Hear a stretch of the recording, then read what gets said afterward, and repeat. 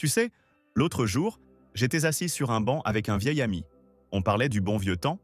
Tu sais comment c'est. Et soudain, il m'a dit, tu sais ce qui m'inquiète vraiment? Mon cœur. J'ai ri et j'ai dit, pas l'amour, j'espère? Et il a répondu, non, je parle du vrai cœur. Celui dans ta poitrine, celui qui bat depuis notre naissance. Et je me suis dit, mince, c'est un sujet vraiment important dont on parle bien trop rarement. Car soyons honnêtes, quand on est plus jeune, on se croit invulnérable. On se gave d'une pizza à 22 heures, on boit 3 bières et on pense vivre éternellement. Mais à un moment donné, on commence à compter les marches. On a mal au dos quand on se penche. Et le cœur. Il bat un peu plus fort que d'habitude. Et c'est précisément là qu'on commence à se demander « Que puis-je faire pour éviter que mon cœur ne lâche subitement ?» J'ai donc décidé de m'asseoir et de vous parler ouvertement. Non pas en tant que médecin, ni en tant qu'expert de la santé, mais en tant que personne qui doit vérifier chaque matin si ma circulation sanguine fonctionne. Voici 8 choses que j'ai apprises au fil des ans et qui aident vraiment à protéger mon cœur. Et vous verrez, ce n'est pas aussi difficile qu'il y paraît parfois. Il n'est pas nécessaire de devenir marathonien ou de boire du jus de céleri tous les jours. Ce sont les petits gestes qui peuvent faire toute la différence. Par exemple, avez-vous fait une promenade aujourd'hui? Ça paraît banal, je sais. Mais croyez-moi, notre corps n'est pas fait pour rester assis sur le canapé pendant des heures. Et je dis ça en tant que quelqu'un qui pensait autrefois que jardiner était un exercice suffisant. Mais l'exercice, et je dis bien l'exercice, pas seulement marcher du réfrigérateur au canapé, est tellement stimulant. Votre circulation sanguine est stimulée, votre tension artérielle se stabilise et votre cœur se renforce. Pas besoin de faire du jogging, une marche rapide, environ 30 minutes par jour, de préférence au grand air. Et si vous avez quelqu'un avec qui discuter, c'est encore mieux. D'une pierre deux coups, le cœur et l'âme. Je me souviens, il y a quelques années, quand ma fille m'a fait découvrir le podomètre. Vous savez, ces petits trucs qui vous indiquent combien de pas vous faites par jour. Au début, j'ai juste souri et dit « Mon petit, je n'ai pas besoin qu'un ordinateur me dise si j'ai survécu. » Mais j'ai fini par essayer. Et surprise, à l'époque, j'arrivais à peine à faire 2000 pas par jour. Maintenant, j'en suis à 7000, parfois même plus. Et je me sens mieux. Vraiment mieux. Mais vous savez, l'exercice seul ne suffit pas. Je vais vous dire ce que mon médecin de famille m'a dit un jour avec un clin d'œil. Tu peux courir autant que tu veux, si tu manges un demi-cochon après, ça ne sert à rien. Et il a raison. Notre alimentation joue un rôle essentiel. Et non, pas besoin de tout chambouler. J'adore mes frites autant que toi, crois-moi. Mais j'ai appris à manger un peu plus consciemment. Moins de viande rouge, plus de poisson. Plus de légumes, surtout les plus colorés. C'est tellement bon pour le cœur. Et s'il vous plaît, moins de sel. Je sais que c'est dur. Tout a un goût un peu fade sans, mais ta tension te dira merci. Et finalement, ta langue s'habitue. Il faut juste un peu d'entraînement. Ce qui m'a vraiment aidé, c'est de recommencer à cuisiner. Pas avec des plats tout prêts sortis du micro-ondes, mais avec du hachage, de l'assaisonnement et du grésillement. C'est presque méditatif. Et on sait ce qu'il y a dedans. J'ai même planté un petit jardin d'herbes aromatiques. Thym, romarin, basilic. Ils rendent chaque repas plus savoureux. Et on n'a presque pas besoin de sel. Et vous n'imaginez pas ma fierté la première fois que j'ai préparé ma propre soupe entièrement avec des ingrédients frais, sans sachet préemballé. Mais il ne s'agit pas seulement de manger et de courir. Le cœur est aussi un organe émotionnel. Le stress, ce stress discret, insidieux, souvent imperceptible, est un véritable crève-cœur. Et croyez-moi, je l'ai moi aussi longtemps sous-estimé. Je pensais que le stress faisait partie de la vie.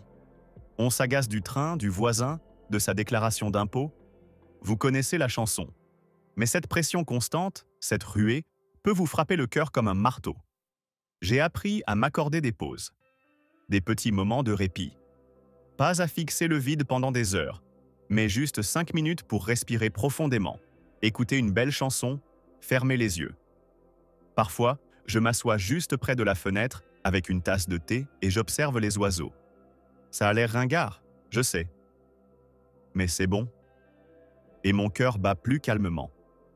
Les conversations aident aussi. Dire à quelqu'un ce qui vous tracasse. Ou simplement rester silencieux ensemble. L'essentiel est de ne pas laisser la pression s'accumuler. Et puis, et je vais vous le dire franchement, à un moment donné, j'ai arrêté de fumer. Oui, je sais que ça a l'air d'une leçon de morale, mais j'ai fumé pendant des décennies. Et ça a été incroyablement difficile d'arrêter.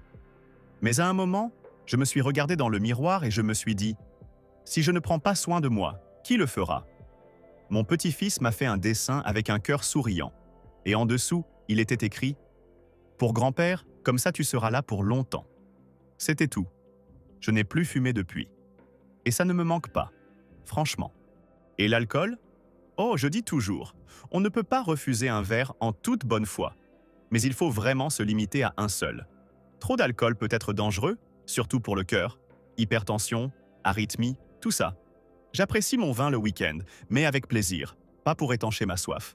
Une chose que beaucoup de gens oublient, et je pense que c'est particulièrement important, c'est le sommeil. Toute ma vie, j'ai pensé que le sommeil était réservé aux paresseux. 6 heures suffisent. Aujourd'hui, je le sais. Le corps a besoin de ce repos pour récupérer, y compris le cœur. Si vous êtes toujours pressé et que vous n'avez presque jamais l'occasion de vous détendre, votre cœur n'a pas le temps de se détendre. J'ai pris l'habitude de me coucher régulièrement. Plus besoin de regarder la télévision jusqu'à minuit. Et si je me réveille au milieu de la nuit, pas de téléphone, pas de ruminant. Respirez simplement, et puis lâchez prise. Et le meilleur dans tout ça? Rien n'est impossible. Pas besoin d'une salle de sport, de poudres onéreuses ou d'un super aliment dernier cri trouvé sur Internet. Il suffit d'un peu de détermination, et peut-être de quelqu'un pour vous rappeler que vous comptez. Parce que vous comptez, et votre cœur mérite d'être bien traité. On pense souvent que le changement est difficile. Mais ce sont vraiment ces petits pas qui font la différence. Une pomme au lieu d'un paquet de chips, une promenade au lieu de regarder le 3e épisode de la série, une conversation avec un vieil ami au lieu de rester assis en silence à ruminer. Et si vous avez une journée où les choses ne se passent pas comme prévu, pas d'inquiétude. L'important n'est pas la perfection. L'important est de persévérer. Prendre soin de soi un peu mieux chaque jour. Et à chaque pas, vous remarquerez que quelque chose change. Vous dormez mieux, vous respirez plus profondément, vous vous sentez plus vivant. Je vais être honnête avec vous. Pendant des années, j'ai pensé qu'il était trop tard. Qu'à mon âge, on ne pouvait rien changer de majeur. Mais vous savez quoi? C'est tout simplement faux. Notre corps est bien plus adaptable qu'on ne le croit.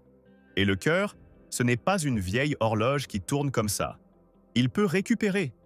Il peut devenir plus fort, si on lui donne une chance. Alors, mon cher ami, commence aujourd'hui. Pas demain. Aujourd'hui même.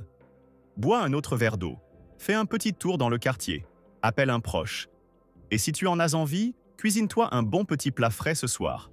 Mets-toi à l'aise. Et n'oublie pas, tu n'es pas seul. Nous sommes tous dans le même bateau. Nous aspirons tous à vivre encore de nombreuses années merveilleuses, le cœur battant de joie. Si vous avez aimé, faites-le savoir. Peut-être que quelqu'un dans votre entourage pourrait en bénéficier.